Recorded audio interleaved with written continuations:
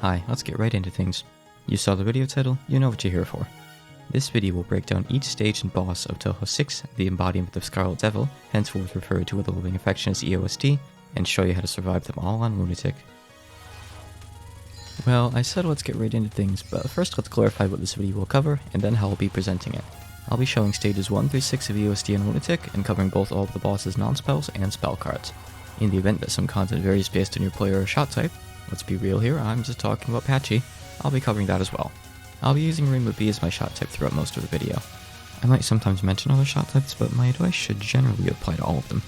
My goal is to give you the necessary info that you'll need to practice for your own Lunatic 1cc, but I won't be slowing down and over explaining the basics for you, nor will I be telling you how to get a good score, because I don't know how either. As a player ready to tackle Lunatic, you'll be expected to already know about some basic shmup concepts like streaming, micro and macro dodging, and changing lanes. You'll also be expected to enter a legally binding agreement that doesn't let you complain about me not using the proper terms for these concepts. I imagine that, in the event that anyone watches this video, it might just get some views from people who don't want to play on Lunatic, or heck, people who don't even play Touhou at all. You know, the kind of people that just want to see the patterns or know about how they work. That's totally cool if so, and I'm always happy to introduce new people to the series. I watch stuff like speedrun breakdown videos even though I don't speedrun, so hey, more power to you. In addition, EoSD's been around for a really long time now, so I'm unlikely to find anything totally unheard of by the Western audience, but I'll also be including the occasional interesting fact about things like spell card names. So hopefully there's something here for, well, certainly not everyone, but at least more than a single audience. Information related to spell card names will mostly come from either the English Touhou Wiki or the Japanese Touhou Motoneta Wiki. Motoneta meaning source material. Giving shoutouts to everyone who made the additions for info I list off obviously wouldn't be even close to feasible, so please just take this as my blanket thank you to all of them. I'd also like to give a quick thanks to the Touhou Patch Center team for making this series so easily accessible to everyone in English. Moving on, when explaining stages, I'll start off with a mostly pacifist run of a section to show off what the enemies do. After that, I'll follow up with a second run showing my recommended strategy. Do note that there are a lot of ways to route through stages, and the ones I recommend may not be optimal for you, whether that be because you'd rather not stream a particular section, or because you're playing for score. When it comes to bosses, I'll explain how their patterns work, and then give my tips on how to actually dodge them. In addition to general how to survive advice, I'll also be assigning each boss pattern a difficulty rating using a scale of 1 to 5, 5 being the hardest. I was originally going to do some kind of Yukuri scale, but after over 9 months of putting off recording this video's audio, Yukuri have stopped being funny to me, and I find myself questioning whether or not they were really funny to begin with. So instead, I'll just be putting a star scale at the upper left at the start of each attack. Difficulty will always be subjective, except in the case of Scarlet Meister, we all know that's some real bullshit that's earning a 5 no matter what, so don't expect 100% consistency between my ratings. After all, we all have different mechanics that we're good at. Except for those of us that have none. Now's also a good time to clarify that I'm using TH-Prac, also known as the Universal Practice Tool, or just Touhou-Prac, in order to quickly skip around the game and gather my footage. I'll also be using its invincibility feature when recording the stages themselves, so I can show everything off a little easier. I definitely recommend using it for actually practicing as well, so I'll be leaving a link to it in the description. I'll also be using the tool's rank slider to keep EoSD's invisible rank system at its max, meaning that all patterns will be at their hardest. Technically, you're not normally supposed to be able to reach max rank on some of the early game patterns, but they're early game patterns, so there's honestly not that big of a difference anyway. Oh, and by the way, the reason the rank slider goes further than 32 is because patterns in EoSD can continue scaling all the way up to 99. However, the most you can actually reach while playing is 32, so that's what we'll be sticking with. Okay, with my overly long and probably totally unnecessary intro out of the way, let's finally start the game.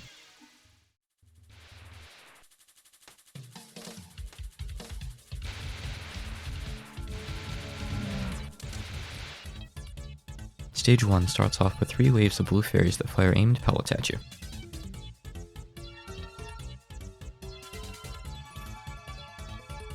After they're finished, red fairies will come down from alternating sides of the screen and fire aimed waves of red bullets your way. As they finish up, a more chaotic group of the same blue fairies will swarm the screen, again firing aimed pellets at you. Lastly, you'll have another 2 more waves of them, this time double layered to keep things spicy.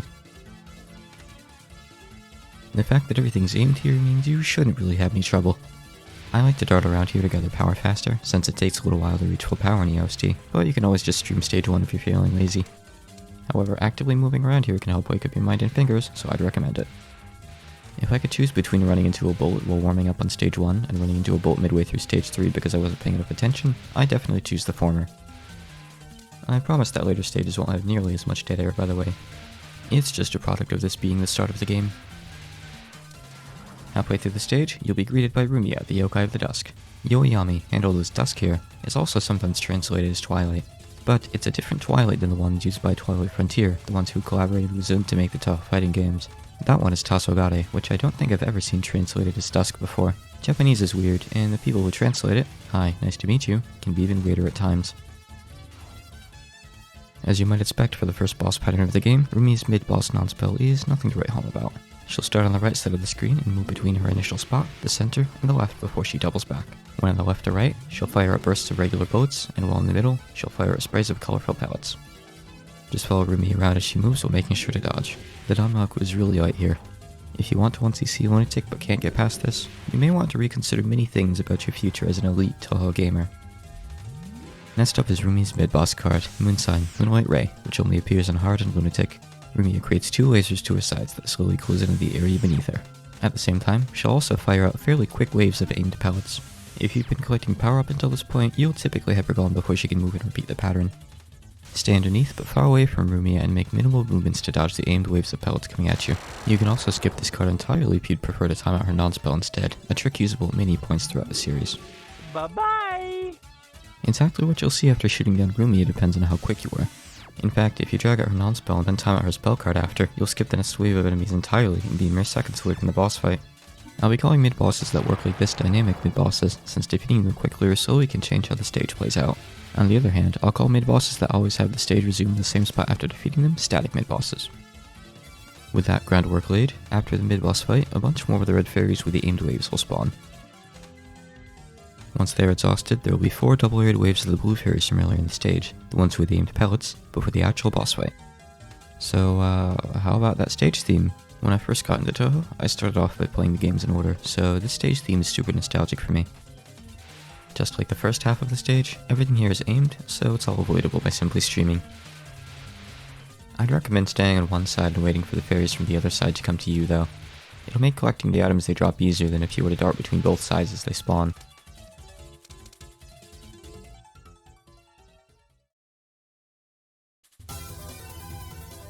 Rumia returns as the boss of stage 1.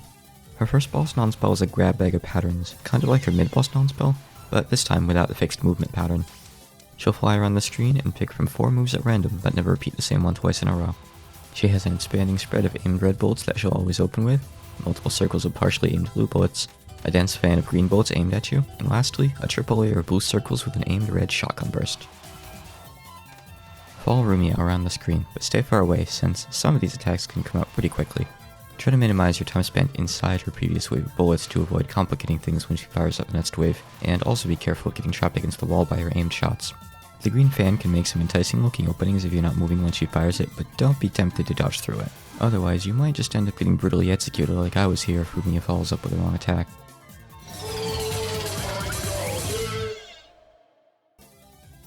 For Night Sign Nightbird, Rumia fires out 4 double-layered waves of bullets aimed at you, then moves and repeats. The simplest and most reliable way to clear this one is to stream the waves in sets of 2. Sit still for 2, move, sit still for the other 2, then get into position for the next set. Rumia's second Nonspell is another grab bag of 4 different attacks. She'll always open with a spread of aimed bullets coupled with a sequence of aimed lasers. Her other attacks include a more widespread version of the green fan attack from her first Nonspell, several aimed circles, and a set of 3 spread waves that alternate between being aimed to miss you and hit you. It's worth noting that the green fan attack will always miss you if you're sitting still while it's being fired. From now on, when something fires bolts that are aimed at your sides rather than directly at you, I'll be calling them anti-aimed bullets. We've got a lot of game left to cover, so efficiency counts. Handle this one pretty much the same as our first Nonspell. The lasers will take up less screen space if you let them all focus on you before dodging, but there's enough of a delay between your attacks this time that they're gone before it matters anyway. Rumia's last card is Darkness Sign, Demarcation. She'll start by throwing out 3 double-layered waves of bullets that'll twist outwards and overlap with themselves. Then, she'll launch 4 huge masses of bullets that'll homemade on your position, one bunch after another. Choose whether to stream the aimed bullets left or right beforehand, and position accordingly so you don't get trapped against a wall. Wait to dodge through the waves of twisting bullets until they've gotten lower on the screen, so you have more room to weave between them. The actual stage portion of stage 1 is essentially a free pass, since everything is aimed. I think even new players could do it on Lunatic given a few tries. When it comes to Rumia herself, the only thing I could bring myself to rate above a 1 was Demarcation, and even that was a stretch. Rumia's patterns just end too quickly to be much of a threat even if they were dense, which they're really not. Before we move on to stage 2, has anyone else ever noticed how poorly Rumia's spell card background is tiled? Those darn small indie devs, am I right?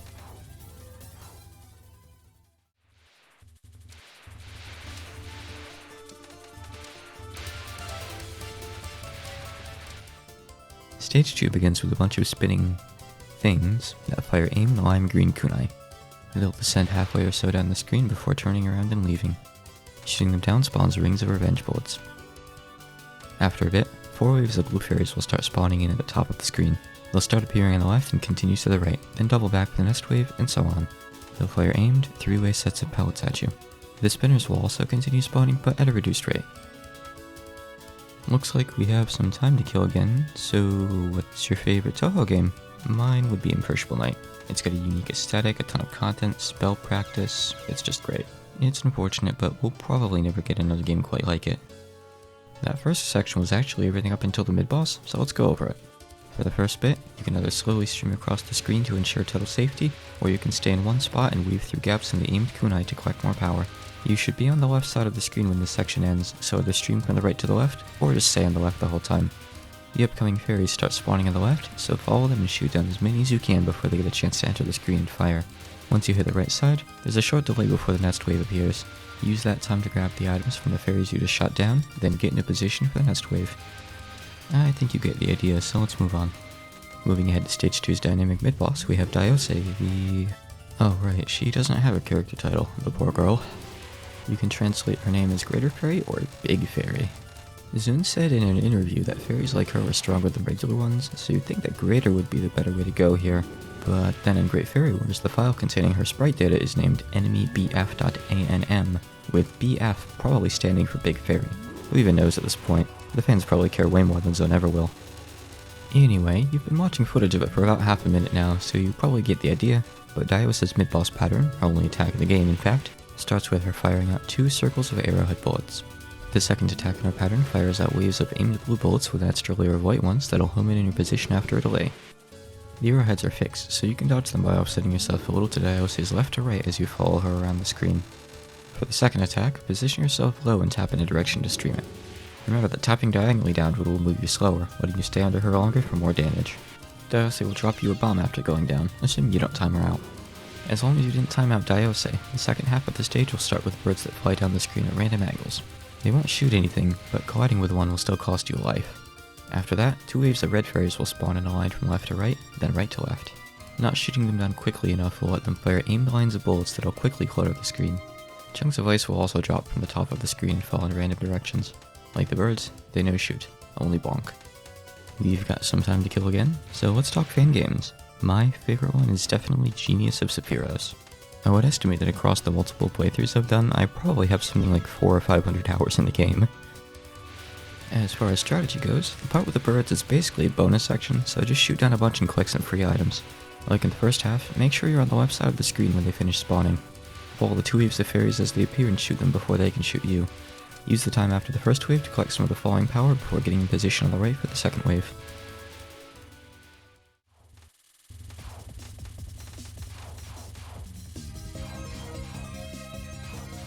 The boss of stage 2 is Cirno, the ice fairy of the lake.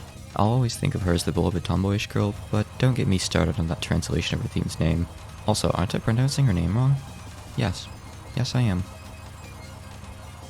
Cirno's first non-spell can really catch you off guard if you're not ready for it. She'll fire 3 big masses of ice bullets at you, each one being wider spread and less dense than the last, supporting them with the wings of regular bullets. After that, she'll fire out more circles of ice bullets that home in on you after a delay, again, also firing at rings of regular bullets to make sure that you have more than one thing to dodge at once. My most consistent method for this one is macro-dodging the first and second clusters, then micro-dodging through the third. The other pattern is just a skill check to make sure that you don't run into the rings while streaming the white bullets. However, due to the clutter remaining on the screen when she repeats her pattern, and the fact that you'll have less time to get into an optimal position, I'd recommend micro for the second cluster rather than macro starting with the second cycle. The clusters are all aimed precisely at you, so a small tap is enough to micro through the less dense ones safely. Either way, this pattern comes up quickly enough that it can easily be your first loss of stock if you've been playing on autopilot up until now.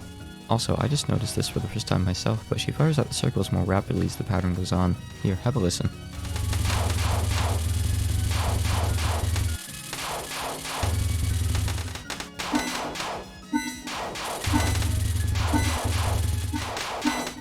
If we use Touhou timer lock feature, we can see that she keeps speeding up.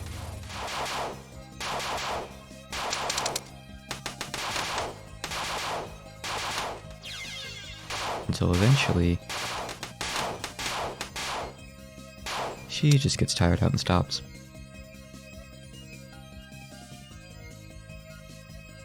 Cirno's first card, Hailstorm, fires out rings of ice bolts that fall after a delay. There's no tricks here, just pure bullet reading. I prefer to move up a bit and proactively dodge through the bullets, looking ahead to pick paths early, but you can also just hug the bottom of the screen and over at this one without all that much risk.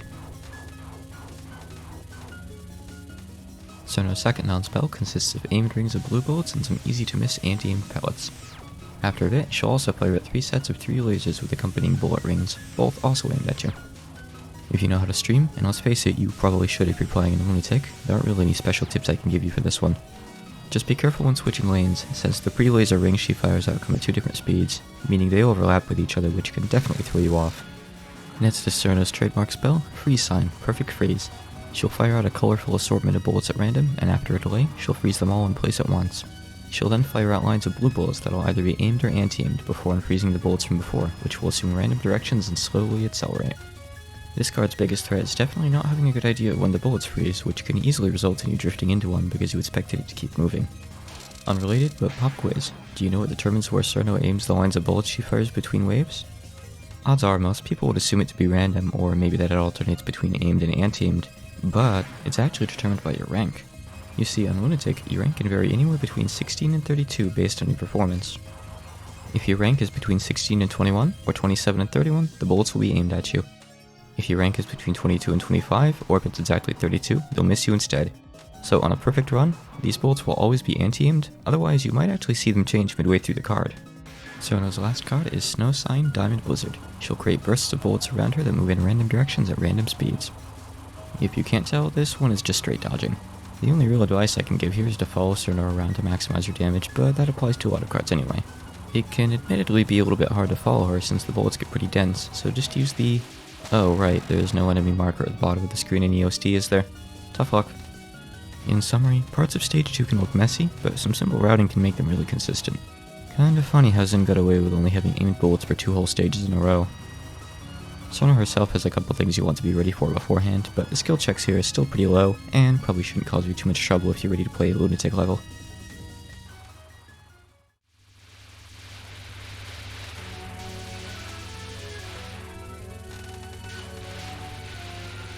Cirno has a math class to teach, so we're moving on to stage 3. It starts off with 4 lines of spinners coming in from alternating sides, starting from the left. They'll fire double-layered rings of kunai, with the closer ring being aimed at you, and the further one being offset a bit to your left. The first 2 lines will move a ways before doing a loop and heading toward the bottom middle, but the latter 2 lines will do dolphin dives from one side to the other. After the spinners are gone, 4 pairs of red fairies will show up and fire kunai lines and bullet rings, both of which are aimed at you. After that, 6 more will appear and fire up their barrages a bit more quickly. The next set of enemies will consist of 4 waves of 2 types of fairies, blue ones that fire dense, aimed walls of pellets, and white ones that fire triple-layered anti-aimed rings.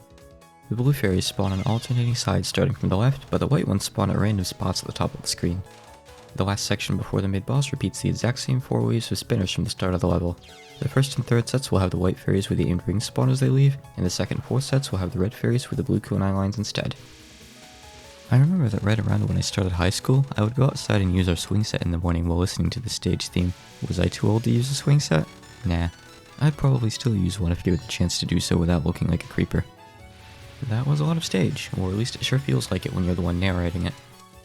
Let's get into routing everything next. The spinners aim both directly at you and to your left, so dodging to the right is safer. However, their unlock was fairly sparse, so I recommend staying in the middle of the screen. That way you can take up both waves at once and have easier access to their items. Once they're gone, move to the right side and stream to the left to avoid the kunai fired by the 2 waves of red fairies. This will put you in position for the first wave of blue fairies so you can shoot down most of them before they get a chance to fire back.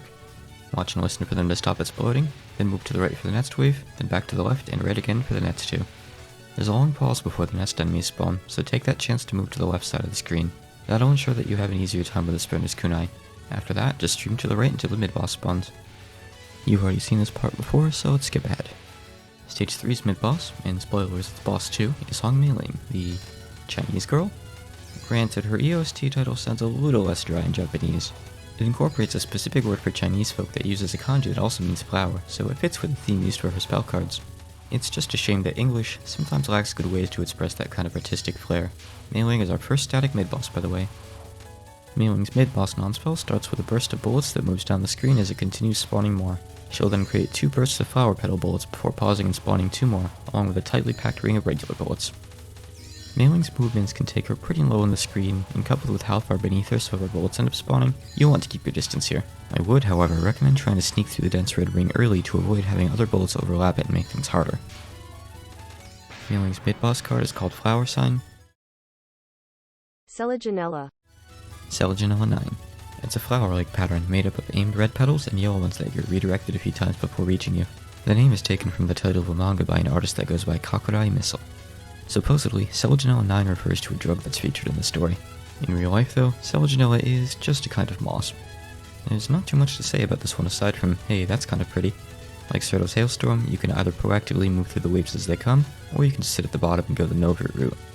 If this card gives you trouble for whatever reason, you can skip it like Moonlight right by timing out the previous non-spell, but skipping it or timing out the card itself means that Meiling won't drop a life when she retreats. Stage 3 resumes with more red fairies, but they fire the kunai lines at static downward angles now. 2 waves of them will spawn, along with some of the same spinners from earlier in the stage. After that, 2 waves of new red fairies that fire bursts of slowly falling bullets will appear, with another wave of the same spinners. After they're gone, several consecutive waves of spinners will spawn. The last wave of enemies will consist of 2 of the falling burst fairies and a whopping 10 of the fixed kunai pattern ones. Sit just a little to the right of the center for the first wave, and slowly move further right to stream the aimed kunai as they come close. Then, move directly to the center for the next. Move to the left edge, then stream the aimed kunai from the spinners and dodge the falling bullets as they come. Dodge directly in the center again for the third static wave of kunai, but start streaming to the right as soon as it's passed by to avoid the aimed ones. After this part's done, you have time to go up and safely grab items with a point of collection if you want. When the 2 red fairies appear on either side of the screen, take that as a warning that the last wave of static kunai is coming, and sit at the center to avoid it.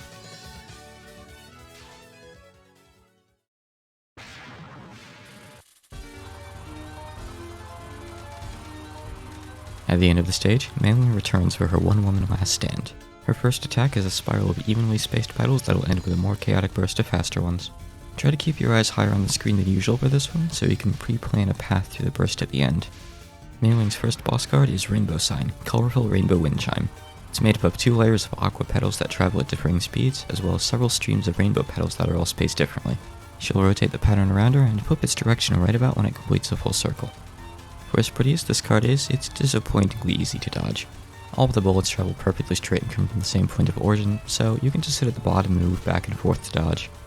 I recommend staying focused and moving diagonally downward for the best control. Meiling's Nets Nonspell summons a few fairies to help, a somewhat rare thing for bosses to do. Similar to the ones encountered in the stage itself, they'll fire streams of aimed kunai supported by rings of regular bullets. Meiling herself has 3 different options she can use here. Her first is some bursts of bullets at random speeds and angles. Her second option is multi-layered circles with fixed spacing. The last pattern she can use here tosses a flurry of bullets upwards that'll slowly rain back down on you, though the majority of them tend to just harmlessly leave the screen. She'll use one of these attacks 3 times in a row before rolling a new one, or potentially the same one. After firing 9 waves, which happens at around the 22-second mark, she'll stop firing momentarily and summon a new wave of fairies a few seconds later, replacing the old ones. Prioritize safely streaming the fairies' aimed shots from side to side, rather than following Meiling to do max damage. If you do want to risk following her though, Rainbow Bee at full power is capable of taking her out before she can restock her army. Taking out the fairies to make dodging easier is also an option, but I don't really think it's worth your time. Do note that they have hitboxes just like any other enemy, so take care to not tunnel vision of the bullets and get hugged as they move down to leave the screen. Meiling's second card is called Illusion Sign, Imaginary Flower Yumekazura. Yumekazura just means Dream Vine. This card references a specific Rakugo play. The imaginary flower part is an interesting pun of the word kasol, which in the modern era is most often used as a translation for the English word virtual. But let's not forget that we're coming up on EoSD's 20th anniversary later this year. Oh dear, I'm getting old. Anyway, kasol can also mean imaginary, but Zun replaced the ka kanji with one that means flower. And funny enough, it's actually the same one used in her character title again. Zun must put a lot of thought into all this stuff, which is pretty impressive when you consider how drunk he is when he comes up with it. Okay, tangent over. The actual card is so simple looking, it kind of defies an explanation. I'll spare you the talk about how the bullets are spawned, since I just talked your ears off about Japanese. We can just sum this one up with random bullet spam. And unsurprisingly, Yumekazura plays about as simple as it looks. Just dodge the bullets and follow Meiling around to maximize your damage. And so we come to Meiling's final Nonspell. She fires at 2 tightly packed angled rings composed of lines of kunai that travel in opposite directions, followed up by a flurry of flower petals that rain down on her poor shrine maiden, or ordinary witch if you're one of those players. I'm just kidding, you're cool, Rain was just my comfort character. The red kunai have a different angle than the blue ones, resulting in them unfolding later, making them tighter to dodge through. I think everyone's natural instinct for this attack is to dodge like this, by making quick movements through 2 lines of kunai. This is surprisingly precise though, especially on the first wave, which puts you really close to the bottom of the screen if you dodge like this, thanks to Meiling's starting position being pretty low. If you're not comfortable with this method, and I can definitely understand why, let me propose another one. Instead of staying directly under Meiling, shoot it for a bit, and move to the right side of the screen and dodge the first wave there. The red kunai will be more difficult if you're on the left side, by the way. After that, keep following her around and shooting her, and when it comes time to dodge the kunai, try to move to the opposite side of the screen from Meiling so you can get through the biggest gaps. If you're feeling spicy, you can also micrododge through the lines instead, but I found that to be tougher. All in all, I think this might be the hardest pattern in the game so far by a pretty big margin. Our third card for this fight is Colorful Sign, Vivid Chaotic Dance. Meiling will start off by firing easy to dodge lines of cool colored flower petals for the first wave, but every wave past that will also include a spray of warm colored ones to the right. These warm colored petals will be blown back to the left, though the majority of them will harmlessly fly off the screen, leaving you to basically just have to deal with the yellow ones if you directly enter where she started firing from. The spray of petals keeps accelerating for a long time and can be pretty dense. I tend to misjudge their speed and get clipped by one unexpectedly if I dodge directly under Meiling. I experimented with different spots for a bit and eventually settled upon just a little bit to the right being the most consistent. Aim to align yourself horizontally with roughly where the orange and yellow petals cross over each other. You'll have to do some micro-dodging between the yellows, sure, but they'll still be moving pretty slow this early. Meiling's fourth and final boss card is Colorful Sign, Dazzling Color Typhoon. This one is a simple spray of flower petals that blow back to the left and right after a delay. I don't know of any tricks to dodging this one. The petals accelerate like before, but Meiling fires them far enough that you can't really move up to reliably dodge them while they're still slow. RNG seems to play a factor in whether or not dense clusters of petals get sent your way, but there could be an underlying factor behind it that isn't clear from just watching the pattern. I guess just pray to the Danmaku gods. There's a lot of them. Just close your eyes and pick one. And keep your finger on the bomb button for if you see a wall coming your way and aren't feeling confident about phasing through it. All in all, I think Meiling starts off really simple, but ramps up in difficulty pretty quick. The last 2 cards involve a lot of pure dodging, and I think they might be good cards to practice timing out if you want to improve your sideways bullet reading. I don't know if we'll ever get used to how the petals accelerate though. Anyway, if you manage a perfect run up the Meiling, don't get cocky and underestimate her. Be especially careful on her third Nonspell.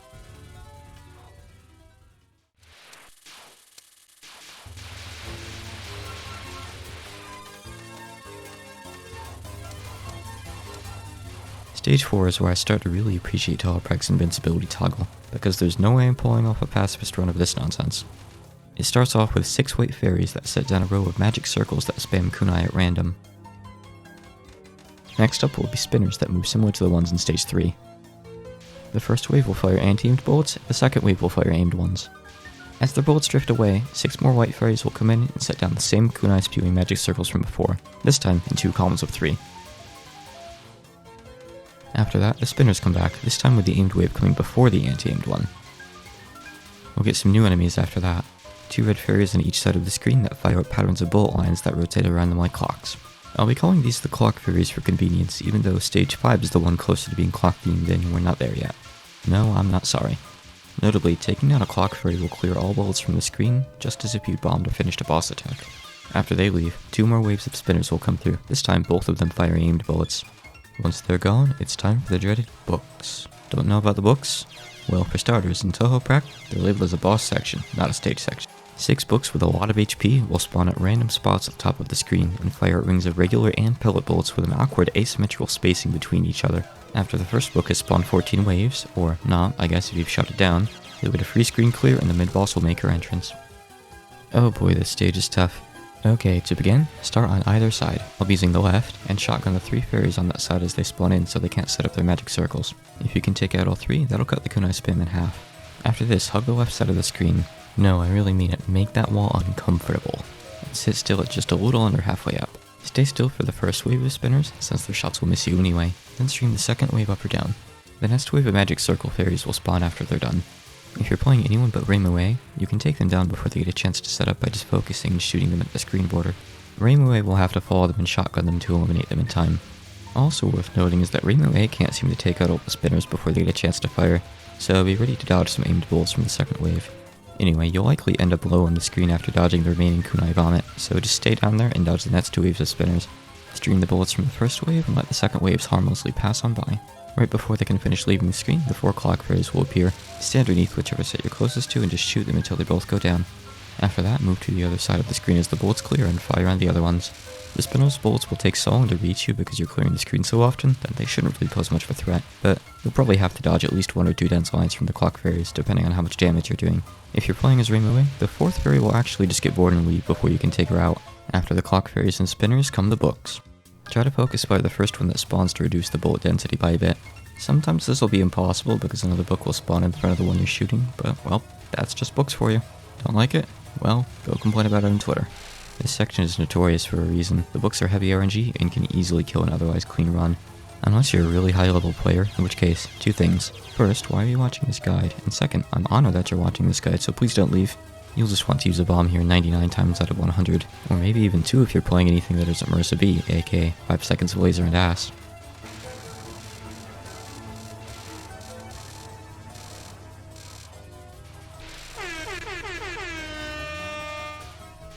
The mid-boss of Stage 4 is Koakuma, the, Stage 4 mid-boss.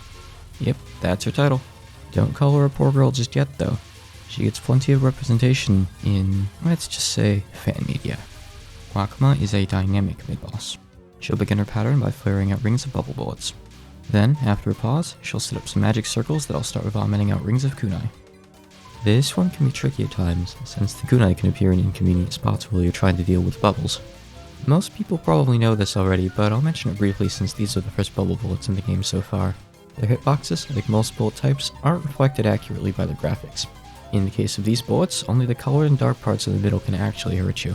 Getting comfortable with this and using the extra space it affords you can absolutely be critical for some patterns. This definitely won't be relevant again later. So you might be asking, but how can I? If the RNG can make this pattern so hard, why did you only rate it a 2 on the difficulty scale? Well, that's because despite how thick Koakuma is usually portrayed in fan media, she's actually really frail here in her canon appearance. As soon as she appears, immediately get in there and shotgun her. Maximize your damage by abusing the hitboxes of the bubble bullets to stay close, and after moving back, make absolutely sure that you follow her as she moves. If you do this right, and you've got enough power, and you're playing as the right character and shot type, I suppose, you should be able to take her down a little bit after dodging through the first wave. In fact, if you die or bomb at the tail end of the books, you can use your invincibility to get right up in her face and potentially shoot her down before the kunai can even reach you. Stage 4 resumes with 4 double waves of spinners.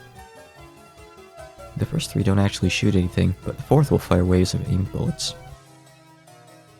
Eventually... there we go. After that, 2 books will spawn on either side of the screen and fire big triple-layered aimed rings. 3 fairies will then appear on each side and set up magic circles that shoot lasers straight down, along with single circles of aimed kunai. This will repeat with 2 more books and 2 more waves of 6 fairies each wave having different positions for its lasers. Favorite EoSD track? Mine would be the Centennial Festival for Magical Girls. After that, a clock fairy will appear on the left, along with 2 books on the right. The books will fire out waves similar to the pre-Koakuma books, but slower and spaced evenly this time. Not too long after everything starts firing, a line of spinners will come in for the right and fire aimed bullets. This section will then repeat with the clock fairy on the right and the books and the spinners on the left. After that comes a memorization section where 8 waves of spinners firing aimed bullets will fly in from different parts of the screen. Their order is top left, top middle, left top right, top middle again, right top again, and left top again. I guess if I were to give my favorite boss track, it would have to be Septet for Dead Princess. Finally, 3 clock fairies will come down from the top of the screen, along with a bunch of spinners from both sides that'll aim at you. See why I said I couldn't do a pacifist run of this? Quick side note before we move on, I didn't see the spinners on the right at first because Zen made them spawn on the inside of the screen rather than the outside. Never change, EoSD, never change. The first 3 spinner waves don't actually fire anything, so they're just free items. Move up and sit between them in the point of collection, and shoot while on focus to easily take them all out. After the first 3 waves, move back down and put yourself about 2/3 of the way across the screen, then stream the 4th wave toward the center. You'll be safe from the first wave of lasers in the center, so just stay in there and keep on streaming the book bullets. Once the first lasers are gone, move to the left edge, wait for the book to appear, and immediately shoot it down. After that, it should be safe to stream up the screen during the second wave of lasers, then just free dodge the third wave since you'll have a lot of space to work with. Just don't let the fairies tackle you. Shortly before the kunai can finish leaving the screen is when the first clock fairy will appear. Keep shooting it until it goes down and clears the screen, then jump over and begin shooting where the books are. Try to move quickly as to not let the spinner's aim shots clutter the screen too badly. Repeat when the second clock fairy appears, heading back over to the left. Next up are the 8 waves of spinners. Shoot them down as they enter the screen and you'll barely have to dodge anything at all. Once again, their order is top left, top middle, left top, right top, top right, top middle again, right top again, and left top again. Last up are the 3 clock fairies. Start off by shooting the middle fairy for a moment, then spare it and switch focus to the left. Once you've taken out the left one, finish up the middle one, then go for the right one last. The right one will be the closest call here. This technically does work with all shot types, but it's really close with Remilia.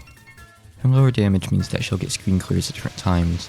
For Remilia, the first 2 fairies will be rough, but the last one will be a free pass because the spinners will be gone by the time you finally get to it. Make sure that your center static shots are hitting your target whenever possible, and this strategy should at least make this section somewhat close to reliable if you're on full power.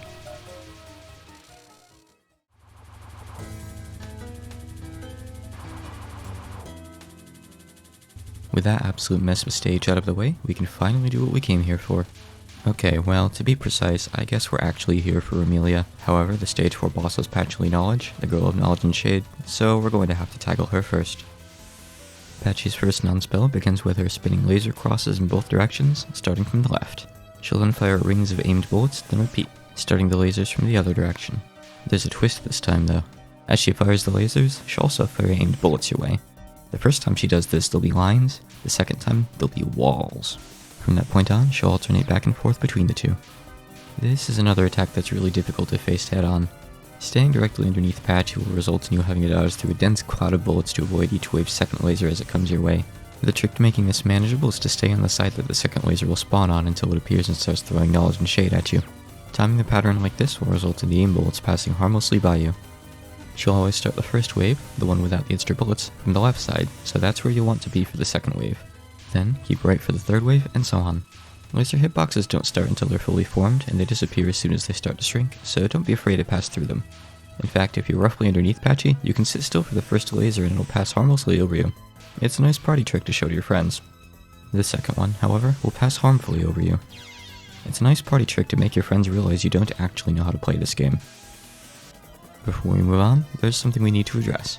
And no, it's not why Patchy is glowing, though I'd love to know the answer to that too. It's actually that she'll use different spell cards based on your character and shot type selection. Some cards will overlap, but it means that there's a lot of variance here. I'll be covering the cards that come up for all the character and shot types, beginning with Remilia, but I'll only be covering each spell once, even if it comes up in multiple routes. First off, Fire Sign Agni Shine High Level has Patchy spawning rings of those weird fire bullets that we never see again after EoSD.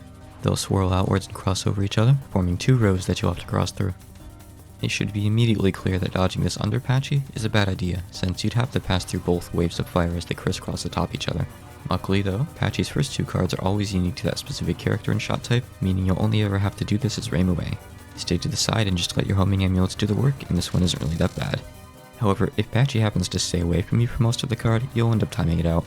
If you care about that sort of thing, try to get some damage off on her before making your initial move to the corner so you've got a bit of a head start. The second card Remilia has to deal with is Earth Sign. Trilithon or Trilithon. Triathlon Shake. Patchy fires at rocks that'll start to fall in random directions after a delay, supplementing them with aimed bubbles to keep you moving. She'll also fire anger bullets if you try to cheese the pattern by going up above the rocks. This one is pretty unnoteworthy. The bubbles are spaced so far apart they only ever have to deal with one at a time, so just stream them and look ahead a little to watch out for any dense rock clusters that might form. Also remember that you're playing Remilia, so you'll be doing a bit of damage all the time no matter how far you stray from Patchy. Patchy uses another non-spell after our first 2 cards, but I'd like to look at all of her other cards before we move on. Reimu B's first card is Water Sign, Berry and Lake. Curiously, Reimu B is the only one to not have to fight a so-called high-level card. Patchouli fires out 2 circles of bullets, one aimed at you and the other offset a little bit to your right. All the while, anti-aimed lasers will be closing in on you from both sides. After she's finished burying you in her lake, Patchouli will fire waves of bubbles that are technically anti-aimed, but the random offsets are so strong that they can end up flying straight at you anyway. Berry and Lake is the total opposite of Agni Shine High Level, in that it's designed to let you sit directly under Patchouli, which is perfect because that's precisely what Reimu B wants. The second set of bullet circles are offset to the right, strongly favoring dodging to the left. Let a few waves fire, then move to the left a bit, but be ready to dodge the bubbles when she fires them. Watch out for the last few circles of bullets overlapping with them. Reposition yourself under Patchouli between waves to maximize your damage and make dodging easier. Reimu B's second exclusive card is Wood Sign, Green Storm. Patchouli spawns bursts of leaves that slowly turn and fall down the screen while the wind blows in more from both sides. It's always a good idea to avoid dodging bullets from both sides whenever possible, but that isn't really a luxury you have in this card. The leaves accelerate more the longer they're on the screen, so dodging at the sides would have you awkwardly avoiding slow ones from one side and fast ones from the other, but thankfully, dodging at the side isn't optimal here anyway since we're playing Reimu B. Just stay under Patchouli and keep shooting. I recommend moving up a little whenever you can find a safe time to do so to avoid getting trapped at the bottom. Next is Marissa A's first card, Wood Sign, Sylphy Horn High Level. My first impression is sweet Hijini Marissa moves fast, how does anyone play as her? Anyway, this one's similar to Green Storm. Patchouli spawns leaves from herself in the left side of the screen that blow toward the right. This one is significantly more dense though. You're pretty much on your own for this one. It's a sheer dodge skill check. Marissa has to stay underneath Patchouli to damage her, so it's not like you have anywhere else to move even if it made the card easier anyway, which it wouldn't. Just do your best to read ahead so you can dodge around any big piles of leaves that blow your way. Marissa A's second card is Fire Sign, Agni Radiance, which should look similar to Agni Shine High Level. Yet, despite that one supposedly being high level, this is the tougher one by far. Again, Patchouli fires out 2 rings of fire bolts that curve out and pass over each other, forming 2 rows by the time they reach you. The difference this time is that she adds in an explosion of highly random lava bubbles on top. If you're lucky, you'll have just 1 or 2 coming your way in any given wave, but I've seen plenty of waves that just send entire walls toward you. So for strategy, honestly, if you're just trying for 1 CC, move to the side and time this one out. Marissa has to stay under Patchouli to damage her, meaning you'll have to dodge through the fire bullets overlapping from both directions. The constant threat of bubble bullets means that darting away to dodge through the fire, then back again, can be unreliable, and there's not that much time between waves to maneuver anyway. Real talk here, this is the first Windows game, so if Zone hated Marissa this much, why didn't he just leave her behind in the PC98 era? Moving on to Marissa B's first card, we have Earth Sign, Lazy Trilithon High Level. This is actually an easier version of Trilithon Shake, or rather, Trilithon Shake is meant to be the harder version of this card. Patchouli fires out rocks that fall in random directions after a short delay. Yep, that's it. Oh, and just like with Trilithon Shake, she'll fire Anger Bolts if you go too high. Naturally, this one is even less noteworthy than its hard version. Good news though, it looks like Zune only has it out from Marissa A. I should probably rate this a 2, because to be fair, it's harder than Rumia's patterns, but I'm giving it a 1 just because I'm mad at the preferential treatment. To cap off the first half of Patchouli's fight, Marissa B is presented with Metal Sign, Silver Dragon, which in my opinion is the most boring card in the whole game, maybe even in the series. Patchouli spawns triple layered circles that move towards you after a moment at random speeds. Marissa B catches another lucky break here. The ideal place to dodge this card is directly beneath Patchouli, since it means you don't have to do any tricky diagonal dodging. On top of that, Zune must have figured that making Patchouli move during this card would make it too difficult, so she sits perfectly still for you. And with that, we're finally moving forward to Patchouli's second Nonspell. This one is a lot like the first. She spins 2 laser crosses in either direction, but her between wave aim bullets come in a bunch of really quick lines this time. The lines in while she starts firing with the lasers as part of the second wave are also more dense and joined by a single, awkward circle of bullets. Just like the previous Nonspell, you want to be at the opposite end of where the first laser spawns. That way, you can ride along the second and misdirect the bullets coming your way. The constant stream of bullets between waves makes this hard to do though, or at least that's how it looks at first. Rather than trying to go through the wall to get to your desired side, get right up next to Patchouli when she's done firing and go around the top instead, then quickly dart into position. You can end this pattern pretty quickly if you shotgun her at the start and her movements happen to align well with yours, but do be careful of being too close when the second set of lasers starts, or you might just get pegged by a stray bullet. Reimu A starts off the second half of Patchouli's fight with her third card, Fire and Earth Sign, Lava Cromlech.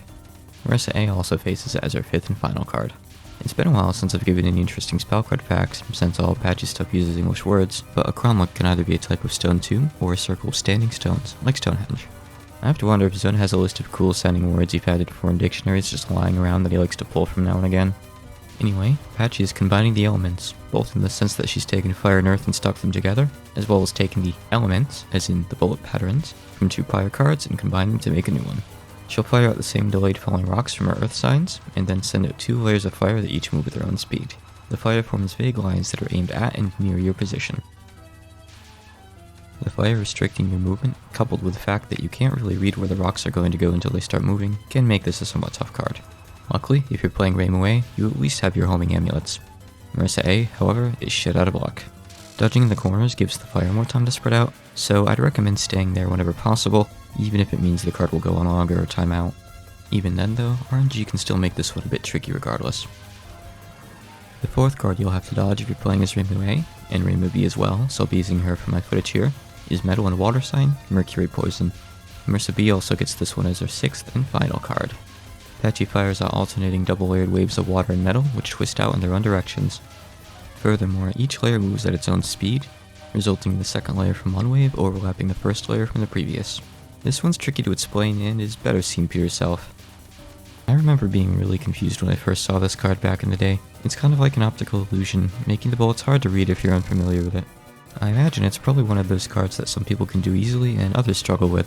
If you can see and react to the gaps without too much issue, dodge this one under Patchouli. Otherwise, try the corners out and see if they help you. The bullets are certainly less dense there, but you have to deal with some pretty extreme angles sometimes, so I suspect your mileage may vary. Remilia's 5th and final card, which is also Marissa A's 4th card, is Wood and Fire Sign, Forest Blaze. Patchouli will shoot out random bursts of fire and spawn burning leaves on the right side of the screen, both of which will blow toward the left and can vary pretty heavily in their speed. Dodging directly under Patchouli can put you in danger if she spawns a quick fireball while you're dodging through leaves. However, keeping all the way to the left leaves you with nowhere to run if an unlucky RNG wall comes your way, and results in you timing out if you're playing as Marissa A. I suggest taking the middle ground and staying just a little to her left to give yourself both reaction time and an escape route if things look nasty. Remilia B's 3rd card, and Marissa B's 4th card, is Water and Wood Sign, Water Elf. Patchouli will fire out multi-layered rings of blue and green bullets, as well as yellow bubbles. The front layers of the regular bullets are aimed at you, with the back layers being offset to your right and left depending on their color. The bubbles are just aimed randomly. Patchouli moves around quite a lot in this card, making it look a little messier than it really is. I had to watch it a few times before I saw exactly how everything was aimed. The bullet density itself is quite low here though.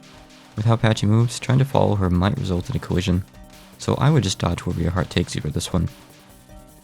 Lastly, we have Earth and Metal Sign, Emerald Megalith, which is Remilia B's last card, as well as number 4 for Marissa A, as well as number 3 for Marissa B, whose luck has finally run out. It's really kind of appropriate that this is Patchouli's 13th card, since it's notorious for its RNG. The kind of time you'll have here really just depends on how unlucky you are. Patchouli picks random points on the screen and creates bursts of regular bullets and bubbles on them. The regular bullets move in random directions at random speeds, and the bubbles move downward in a 3-wave formation at random speeds for each cluster. Keep away from the bottom of the screen to give yourself space, and look higher than usual to get an idea of how many bubbles are coming your way. Also, Patchouli picks her spawn points in an area around her, so staying on the opposite end of the screen can help out quite a lot if you don't mind timing this one out. Stage 4 is a big difficulty spike for sure. You can play a lot of it normally if you can't be bothered to memorize the route, but the 8 waves of spinners near the end demand either memorization or blood sacrifice. As for Patchouli herself, I'd say that Remilia has the easiest spell card lineup here. Notably, she's the only one who doesn't have to deal with Emerald Megalith. Remilia B and Marissa B are about even, and Marissa A is the hardest by far due to the first half of the fight. A lot of Patchouli's cards may rely heavily on RNG for their difficulty, but her non-spells are at least consistent if you put time into learning them, though they're pretty difficult if you don't. Oh, and by the way, a Trilithon is the same sort of stone structure you see used in Stonehenge.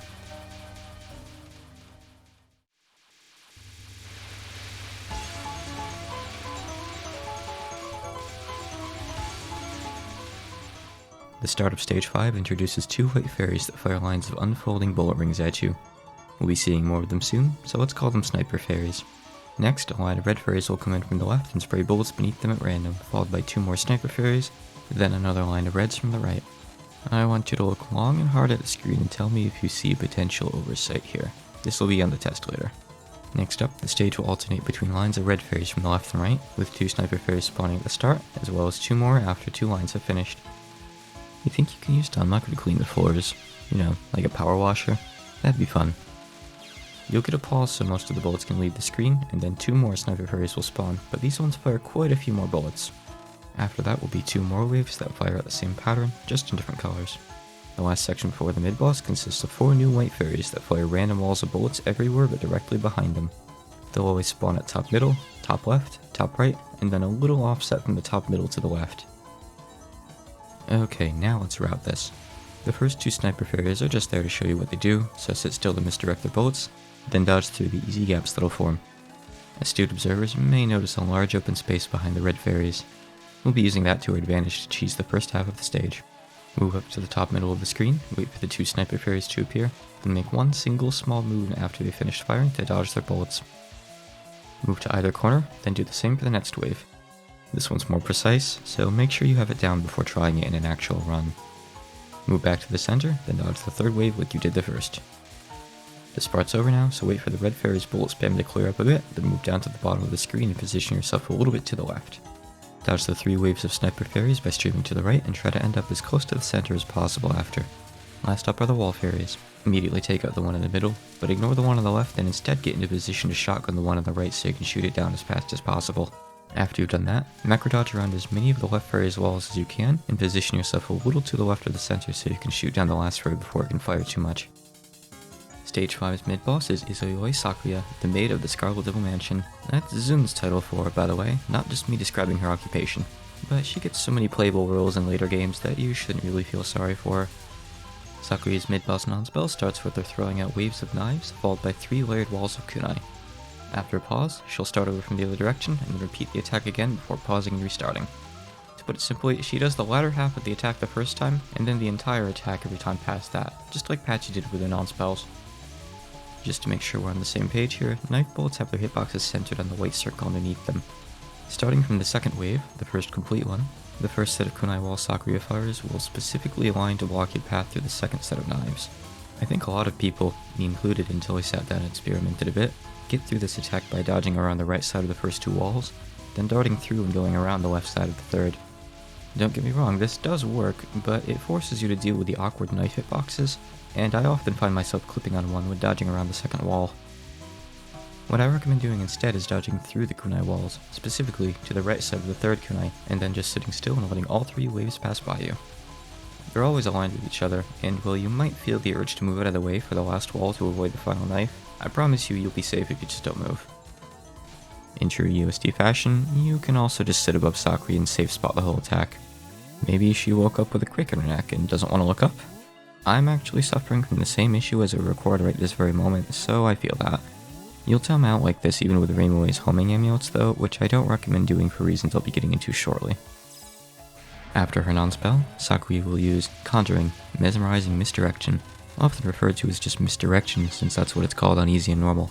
I would have personally translated Conjuring as Sleight of Hand here instead. I guess Conjuring is used for the same meaning, but I can't help but think of like Skyrim conjuration magic when I hear it. Maybe this is just a me problem. This card is well known for absolutely demolishing players that don't know how it works. Sakuya will start off the card by moving either left or right at random. She'll fire rings of aimed kunai as she moves, which will bounce off the sides and top of the screen a single time. After reaching her destination, she'll suddenly teleport to the other side of the screen and fire incredibly fast lines of aimed knives. She'll then repeat from the beginning, alternating between sides. This card would be entirely streaming if it weren't for the fact that the kunai bounce, so we'll have to find another way to approach it.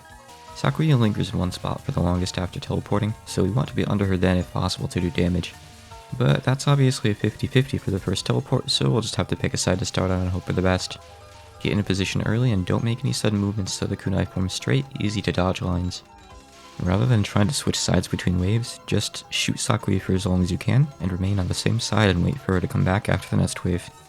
Trying to cut across the screen can really mess with the bullet's positioning if you can't reach the other side in time due to unexpected bullets blocking your path, and you'll frankly get more damage from just staying on Sakuya anyway, since she'll start the next wave immediately after disappearing.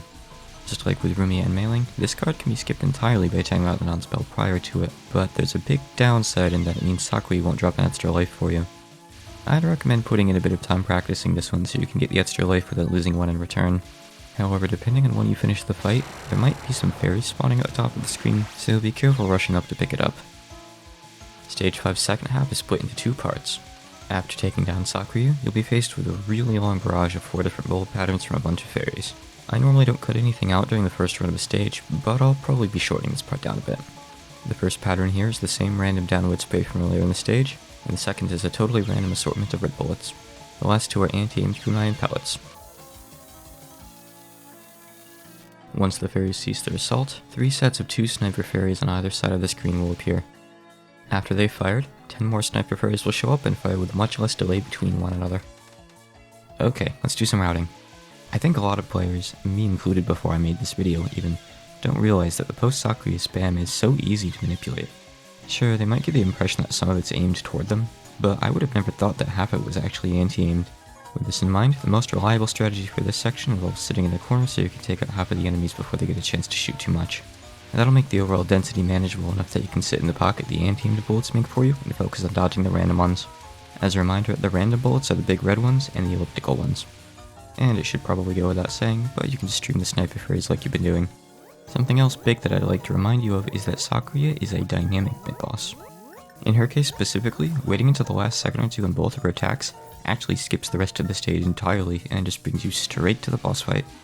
This also lets you see Sakuya doing whatever this is.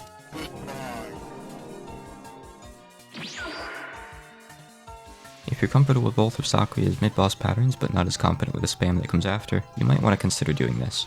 I don't imagine that applies to many people though. Just make sure not to time either attack out by mistake or you'll miss the life. If you're low on power, it might be worth leaving a few extra seconds on misdirection just so you can have a sniper fairy spawn, since they always drop big power items.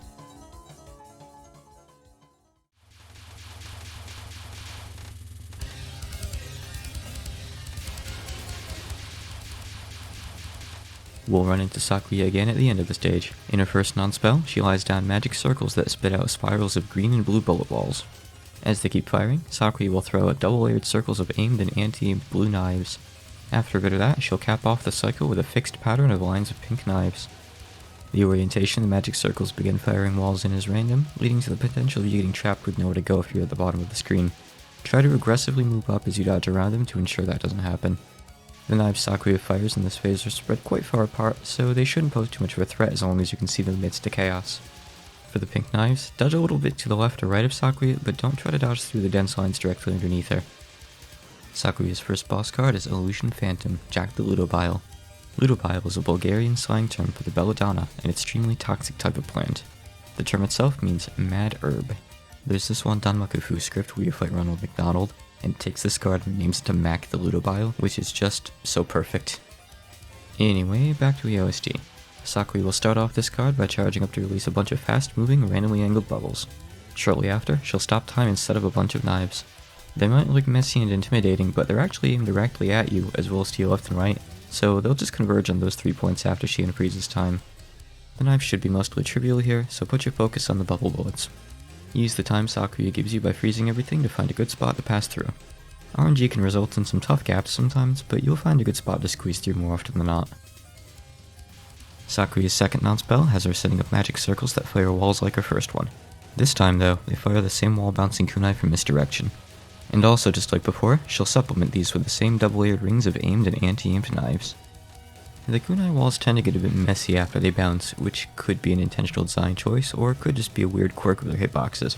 The knives in the Nets card work just fine, so I'm honestly unsure. Either way, this adds another layer of unpredictability to a pattern that can already cause problems due to other RNG factors, like Sakuya's movement and the random starting angles of the kunai walls. The walls spread out more the further they travel, so I recommend moving about 1/3 of the way up the screen, so you can dodge them while they still take up less space. Sakuya's next card is Illusion World, the world. Okay. Guys, did you know that this card is actually a Death Note reference? I mean, I don't know how Zen pulled it off when the anime hadn't come out yet, but I think the evidence speaks for itself. Anyway, Sakuya fires at lines of fire in static directions, and stops time. She'll then set up the same blue knives from Jack the Ludobile, primed to head toward you and your sides like before. But before they can, she'll pick a bunch at random and turn them into green knives, changing the direction in the process. She'll also do this to some of the fireballs, turning them into red knives momentarily, but they'll turn back into fireballs when time resumes. Weird. Also weird is that the fireballs make the wimpy player shot sound when they spawn. Stream the blue knives like you did before and try your best to stay under Sakuya as you dodge the green knives and fireballs. The fireballs move faster than the knives and can somewhat blend into the background, so pay special attention to them in particular. Luckily, Sakuya is pretty frail here, so a fully powered ring of B can take her out before the second wave has a chance to reach you, provided that you shotgun her for a little during the first charge-up period. Sakuya's last non-spell has her throwing out double-layered walls of blue and red knives that bounce off the walls. She'll toss out 5 evenly spaced batches per wave, but the angle she picks for them won't be consistent. Try dodging this one as high as you can so you can shotgun Sakuya for extra damage, but be ready to move if she fires a wave downwards. Whenever possible, actively macro dodge around waves that have only been on the screen for a bit so you can deal with them before they spread out. Even at the bottom of the screen, this one isn't too hard to dodge, but you will have to deal with knives from all angles. Sakuya's last card, Maid's Secret Skill Killing Doll, features her throwing out an absolute palanquin load of knives. There's so many here that I wish we had a word for them like we have gaggle for geese. Did you know that when geese fly close together, they're called a plump instead? Yeah, sure, geese can be kind of vicious, but that's just adorable. Anyway, Sakuya starts by tossing out a spiral of blue knife balls, followed up with aimed red ones. Then after that, predictably, she'll freeze time. During the forced intermission, she'll turn a bunch of her knives into green ones, which take on random directions like last time. What you might not realize right away is that they also inherit random speeds, so some of them can move pretty quick. Shotgun Sakuya at the start, then move downwards with the knives as soon as they show up, staying focused for more damage. After time unfreezes, move to the left or right to follow her, and avoid whatever red knives are still remaining after the color conversion. Past that, just dodge as best as you can, and pray that RNG is on your side. Stage 5 itself is almost entirely cheesable despite looking really scary at first. When it comes to Sakuya, I think she has a history of being really intimidating. I know I thought she was really difficult for a long time, but I don't think she's quite as scary as her reputation may imply. Misdirection is a beginner trap, sure, but it's not too hard to learn. Her non-spells usually don't wall you too bad, and outside of Killing Doll, her boss cards aren't really all that dense either. Sure, she's not as easy as Racing when it comes to stage 5 bosses, but I'll take her over Sho or Mai and Southland any day.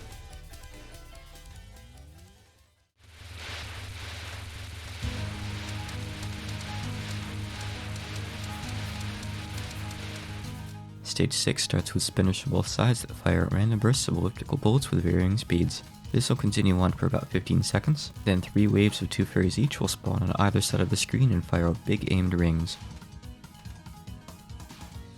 After they've left, 5 more will appear on each side and fire out the same aimed rings, this time with less delay in between than before. We've got enemies on both sides of the screen, so you know what that means. Sit on one side and shoot some down to minimize the bullet density. Once you've hopefully survived the spam and the ring fairies start appearing, dodge the first batch by streaming the first wave normally, then waiting for the second and third to appear and dodging the both at the same time. For the second batch, I find that dodging the first 4 waves with 1 movement, then the final wave with 1 more movement works well for me. You can technically dodge all 5 with a single tap as well, but it's a dangerous game of chicken. I don't recommend doing this close to the end of a run unless you practiced it before. Sakuya returns as the stage 6 midboss, determined to stall us even if it means her own demise. The non-spell she starts with is basically her stage 5 midboss non-spell, but this time on air and shitty drugs. It's also really loud. She fires out fixed angle lines of knives like before, but the kunai walls go in random directions this time. Both types of bullets move incredibly quickly too. Sakuya won't throw knives directly downward, so try to stay underneath her whenever possible. The kunai are spaced wide enough that there is enough space to slip between 2 of them, but this is tricky and should be a last resort for if you can't possibly go around them. As always, stay a little high up so you can get by them before they block off your path. Sakuya doesn't have that much HP here, so this should be over quick. It usually takes around 6 seconds if you keep on with full power, though that'll obviously depend on your shot type. This attack doesn't really feel all that bad when practicing, but your nerves can make it really scary in an actual run since it's so close to the end. After her non-spell, Sakuya will use Conjuring, Eternal Meek. I regret calling the bullets in the last pattern incredibly quick because it means I'm obligated to come up with a different adjective here, and frankly, I don't have that kind of creativity.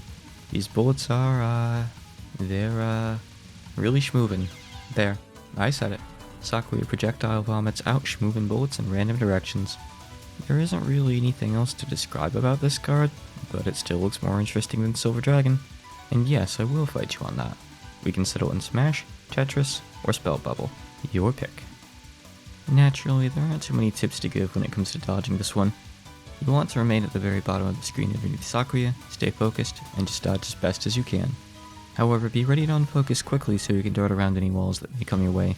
You might wonder about dodging the corners, and sure, the bullets are less dense there, but dodging over there makes me feel kind of sick for some reason. And I'm not even prone to motion sickness as far as I know. Additionally, this is a card where I'll specifically recommend not using diagonal movement to the bottom of the screen.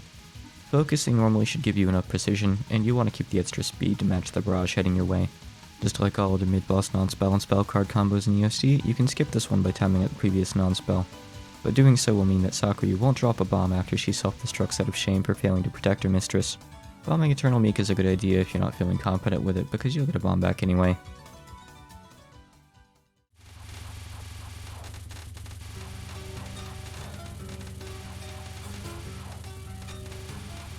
After murdering a maid, we finally reach the incident's culprit, Remilia Scarlet, the eternally young Scarlet Moon.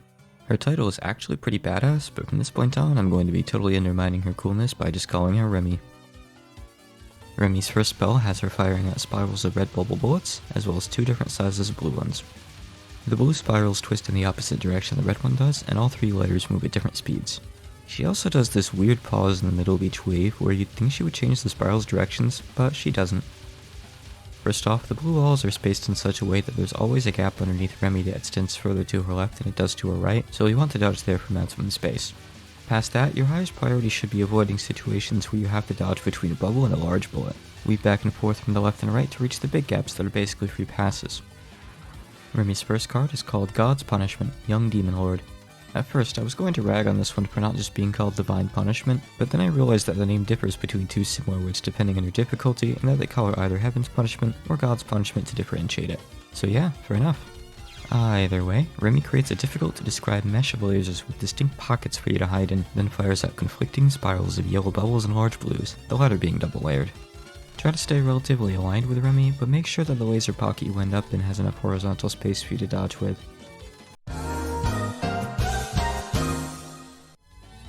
Stay at the very bottom of the screen whenever possible and dodge through the biggest gaps you can find. This card used to give me a lot of trouble because I would move up too far in order to reach a bigger laser pocket, but that space means nothing if the bullets are too close together to actually get through. Don't forget that only the center of the bubble bullets will hurt you, but as for the large bullets, their hitboxes actually start at the white part, so try to avoid getting up close and personal with them unless you have no other option. Remy starts off her second Nonspell with a sequence of aim clusters consisting of bubbles, large bullets, and regular bullets. She'll then fire at the same clusters in a fixed sweeping motion starting from the right, then again from the left. After that, it's another sequence of aim clusters before she restarts the pattern. Just to clarify, the full wave is aimed, right, left, aim, meaning that once she transitions from one wave to the next, you'll have to dodge 2 aimed waves in a row, so don't let that catch you off guard. Also worth remembering is that she doesn't switch her starting side between waves, she'll always start with right, then do left after. This one is laughably simple for her final boss pattern. For the aimed clusters, wait under Remy until she starts firing, then stream and circle around the lingering bullets. Get in position underneath her when it's time for a fixed cluster, and offset yourself a bit to her left or right. I personally prefer the direction she starts the sweep from, though I'm not entirely sure why. Then dodge through whatever comes your way. Side note, does anyone know why the timer seems to act weird when timing this one out?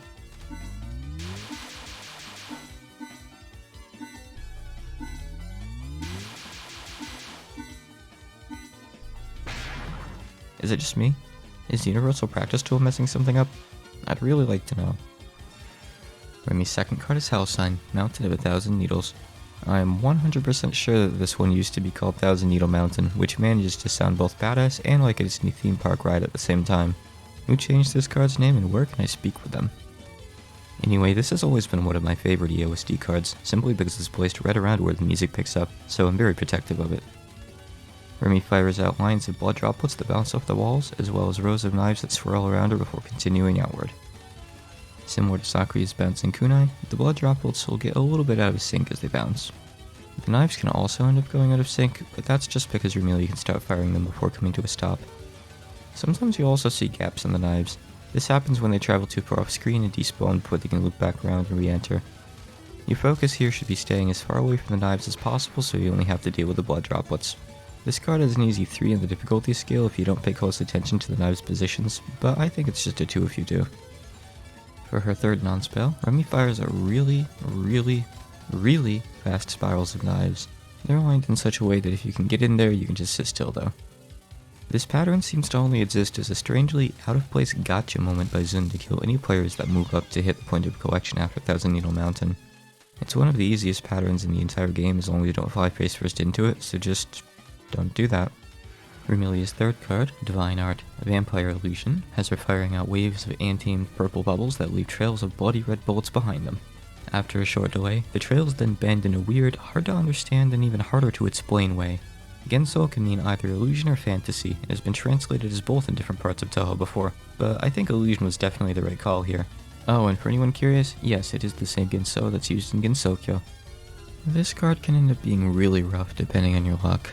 The red bullets can bunch up into walls that can be difficult or sometimes next to impossible to get through. Dodging in the corner does help with the bullet density, but Remi's movements are random, so she might end up following you. I would say to give it a try if you're struggling here and don't mind timing the card out though. Past that, just keep your eyes higher on the screen than usual so you know what's coming your way and can try to prep for it in advance. One last note here is that Remi has a weird anti-cheese mechanic built into this card where if you get hit or bombed, she'll fire out waves faster during your invincibility time, likely to make sure that you have something to dodge as soon as you're vulnerable again. Remi's fourth and final non-spell has her loop through 3 patterns that repeat in a fixed order. She's invulnerable while firing, and you'll only be able to damage her in her brief charge-up period between patterns. The first pattern is a random shower of falling bullets. The other 2 patterns are both aimed, with the former being fast bubble bullets and the latter being double-layered lines of fireballs. The falling bullets are just a skill check, so you're on your own for those. Stay focused for the bubbles, but don't move diagonally against the bottom of the screen. Due to their speed and hitbox size, you'll need to move more with each tap than you might be used to in streaming. The bubble speed and delay between each wave varies quite a bit depending on your rank. Here's what they look like at Matt's rank. And here's how they look at minimum rank. I don't think they're really too difficult to just judge by looking, but do keep in mind that your rank will be lower here if you had a life cleaned by Vampire Illusion. Lastly, for the fireballs, you're safe to just inch diagonally against the bottom. Remi's penultimate card is almost undeniably the hardest in the game, barring RNG shenanigans like Emerald Megalith can pull.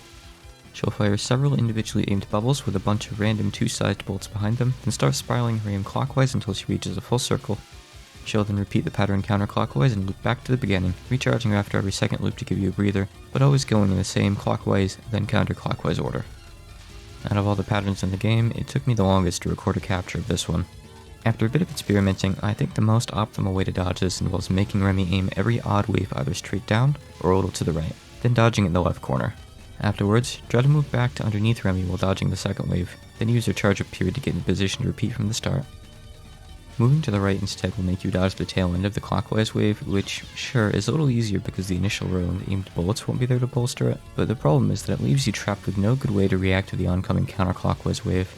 Dodging to the left lets you get through the clockwise wave much faster, giving you at least a fighting chance at the counterclockwise one. This card is still really hard though, and I don't think I'll ever be able to consistently capture it. Remi's last card, and the final card of the game, is Scarlet Gensokyo. Originally, this is where I planned on going into a rather long tangent about how words like Gensokyo aren't actually romanized properly, but after nearly a year of stewing on it, I've decided to spare you after all. Maybe I'll do that another day in another video. Scarlet Gensokyo begins with Remi firing a dense spiral of purple bullets that leave bloody trails behind them, just like in Vampire Illusion. The bullets will then pick random directions and start moving in them. For the next 3 waves, Remi will fire out less dense circles of purple bullets that will spiral outward after a delay. The bullets they leave behind will do the weird Vampire Illusion twist on even waves, and the random Scarlet Gensokyo shuffle on odd ones. After 1 dense wave and 3 thin ones, Remi will restart the pattern. Right off the Vampire bat, the dense waves of purple bubbles can make for a pretty tight squeeze on their own. Counting waves here will help you prep for the dense barrage that comes with every 4th one, so try to keep tally in your head. Like with Vampire Illusion, there are no real killer tips I can give you for this one. Just keep your eyes a little higher than usual on the screen so you can watch ahead for any walls created by the Scarlet Twist, as well as to see when you've got a bubble heading your way. I have no doubts that Remi is the hardest boss in the game. Her fight starts off pretty tame, but then has a sequence of 3 absolute chart toppers in terms of difficulty. While recording my footage, I pondered going for an LNN, a Lunatic no miss no bomb run, because in my head I was thinking, wow, EoSD isn't really all that hard with the right strats. But then Remilia reminded me that a ward on High Zone isn't as merciful as the first 5 stages led me to believe, so I think I'll shelve that prospect for now. I have a lot of respect for those who can even semi-consistently capture all of Remi's cards. You guys are the real lunatics. In a good way?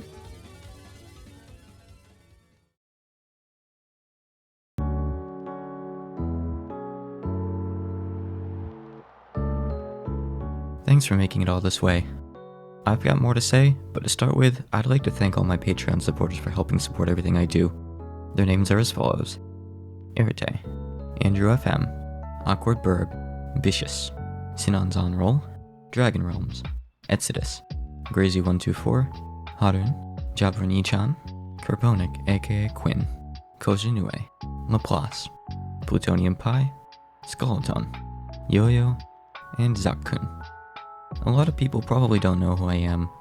I know that lately, quite a few people have found this channel thanks to the Touhou fan game trailers I've created suddenly getting promoted.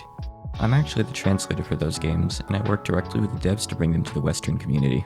Donating $5 or more to my Patreon gets your name in the credits of my videos, and will usually get you added to the credits of my fan game translation projects too.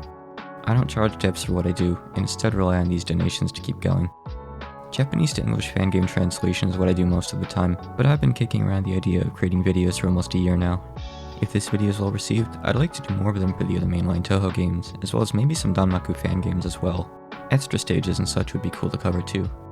One idea I'm really excited about though is to do overviews of untranslated fan games. Specifically, ones that will most likely never receive translations. Sometimes that's because devs are inactive and their games are too difficult to patch without their help, and sometimes that's because they've turned down offers to have the games translated. I'm still not entirely sure which games I'd like to cover, but I have at least one idea I'd like to look into. I learned a lot of things over the course of this video. I know my audio quality might not be the best in places, but it's better than it was when it started, and I'm hoping to improve it even further next time. Part of me really wants to go back and re-record a bunch of sections, but going down that rabbit hole would probably delay this video for at least another week. At the point I'm at, I've already re-recorded the first part something like 3 or 4 times. I promise I'll do better next time, so please just bear with my mumbly voice for now. If you're watching this and you think you can help me improve how I sound, by all means join my server and give me some tips. I'd welcome them. Anyway, it's my first time doing something like this, so I'd love to hear your feedback, positive or negative. I'll read any and all comments, and you can also come bug me in my Discord server if you'd like. It'll be linked in the description below. While creating this video, I relied on my own experimentation and random info I'd learned over the years, instead of looking up replays, since I figured that'd be more fun and make for a more organic video. As a result, I'm sure some of my strategies aren't the most optimal, so feel free to come yell at me about that. I wanted to avoid bringing up things like super precise save spots though, and instead focus on how an average player could look to tackle Lunatic instead. I hope that my input can be of some use, or at the very least some entertainment, despite its many imperfections. Thanks for watching.